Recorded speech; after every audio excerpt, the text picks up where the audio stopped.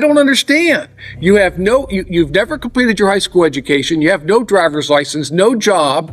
And with your criminal history, you're not exactly a great role model for your children who you have custody of none of. I have custody of Caden. Who's in custody himself, right? Yes. Right. In the state of Ohio versus Chelsea Teagarden. Ms. Teagarden is before the court with her counsel, Mr. Kidd. Ms. Tranter, on behalf of the state of Ohio, we're here for sentencing. There was a pre-sentence investigation. Mr. Kidd, you've had an opportunity to review. Your Honor. Ms. Tranter, anything on behalf of the state? Your Honor, just to, in addition to our discussions in chambers, there was is a restitution request in this case for the court's information, $4,198.74 for car repairs, damage done to the vehicle. The victim being Jesse Carter. All right. Anything else? Nothing further. Mr. Torek, anything from probation? Nothing further, Your Honor. Mr. Kidd. Your Honor, in regard to Ms. Teagarden, I know it's been a rocky period of time for her. She has made some real efforts. She's had some real challenges as well. Your Honor, we know what the recommendation of probation is. Yeah, we're supportive of that recommendation. I've talked to her about the 1 to 5 assessment as to her need for treatment. Not sure what that meant or where it came from, but she very much knows that she does need treatment. I think she's communicated that to the court through letters. Yeah, that she has sought some sort of treatment program at the coach or otherwise, wherever the court might be. Your Honor, she's never been to prison before. This last failure to appear actually wasn't a failure to appear, but the revocation of her bond. She was dealing with her son, who had a significant charge as a juvenile delinquent in Butler County. She was trying to manage that to some extent, try to spend some time with him, and she simply did not provide the priority to her own case that she knows that she should have done. Your Honor, she knows she came in, that she tested positive. She knows she has a drug issue. I even wrote him in up here. And you'll have a chance to talk to the judge as well. Yeah, but we are requesting that she be placed on community control, that she be able to follow the recommendation of probation. So that's what we're asking. I know she wants to talk to you as well. Ms. Teagarden. Buckle up, guys. Today we're stepping into a tense sentencing hearing where the judge is already focused on a defendant's troubled history. The court hears about her lack of stability, missed obligations, and need for treatment, while the defense asks for community control instead of prison. But the real tension is still ahead, because the defendant is about to explain her choices directly to the judge, and that conversation quickly takes a sharper turn. Anything you want to say? Yes, sir. When I was released for the PSI, my son was also on PSI, and I really thought I could handle both of them at the same time and got overwhelmed. When Mr. Brown asked me to come in to see him, I got scared because I couldn't get a ride the first day that he wanted to see me. And the second day when he called me, I just didn't answer because I was scared that he was going to lock me up because I missed the first day. I just didn't come because I wanted to be there for Caden and his court dates and because I'm all he's got. But now that he's sentenced, I know he's doing 6 to 9 months and he'll be released at the end of November, beginning of December. And I just want to be a part of his rehabilitation as well as mine.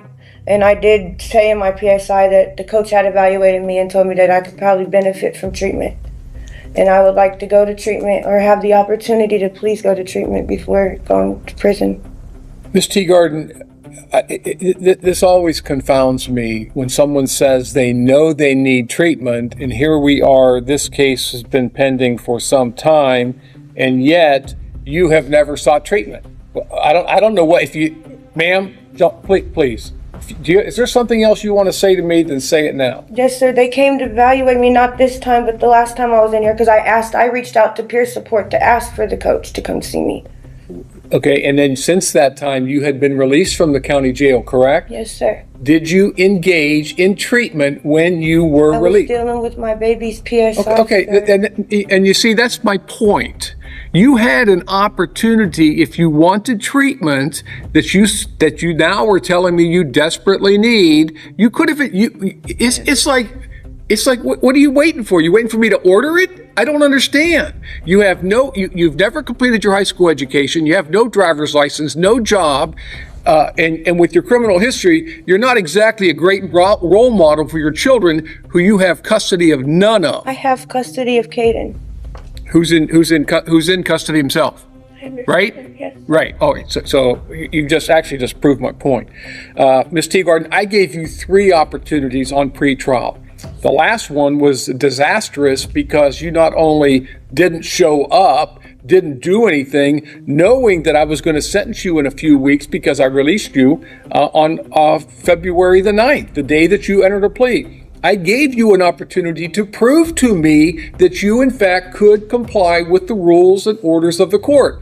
And you didn't do it. And not only did you not do it, didn't show up for your interview, didn't show up for your assessment, didn't follow the rules of your supervision. On top of all, is there something else you want to say? I did my assessment. I did go to him the first time that I was supposed to go to him. I only didn't go the second time. Okay. You didn't complete your assessment. That's what you're making my point for me. I did it. He did Ms. it. Teagarden, I'm done.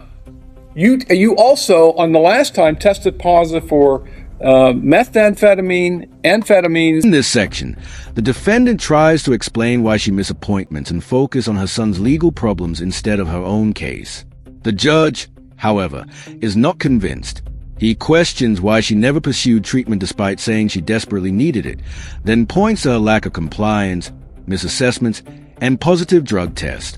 As her explanations continue, the judge makes it clear that patience has run out and that her past opportunities now matter heavily. And MDMA, correct? Yes, sir. All right. Court's considered the statements made here today, the pre-sentence investigation, the purposes and principles of sentencing, the relevance, seriousness, and recidivism finders. The court does find that you are not amenable to community control and that prison is necessary to fulfill the purposes and principles of sentencing due to your extensive criminal history, your failure to respond to any of the court's conditions and your pretrial supervision. So at this time, the court is going to order you to serve 9 months in prison. You have 80 days jail time credit. Ms. Tranter, did you give me a number for the restitution? I did, Your Honor. I can give it to you again, though. Yeah, we would object to that. So we would request a hearing on restitution. How soon can we set that?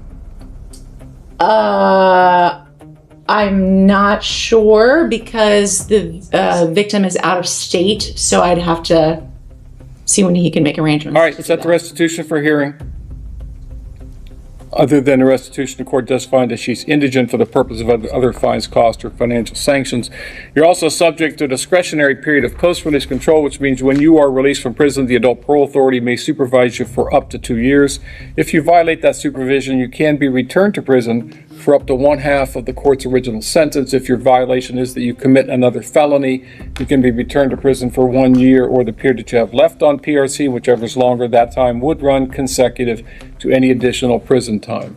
You do have a right to appeal the court's decision of your sentence to the 12th District Court of Appeals. If you want to appeal, you must file your notice within 30 days of today's date. If you can't afford to pay for the transcript or anything necessary for your appeal, including an attorney, that can be provided to you. Ms. Tranter, is there anything else? No, sir. Mr. Kidd? No, Your Honor. All right, Thank that's you. all. Thank you. The courtroom reaches its decisive moment as a judge delivers a sentence. After considering the defendant's criminal history and repeated failures to follow court and supervision conditions, the judge finds her unsuitable for community control and orders 9 months in prison with 80 days of jail credit. The hearing then covers restitution, post-release supervision, and her right to appeal. If you enjoyed this breakdown, like the video, subscribe, and we'll see you in the next video.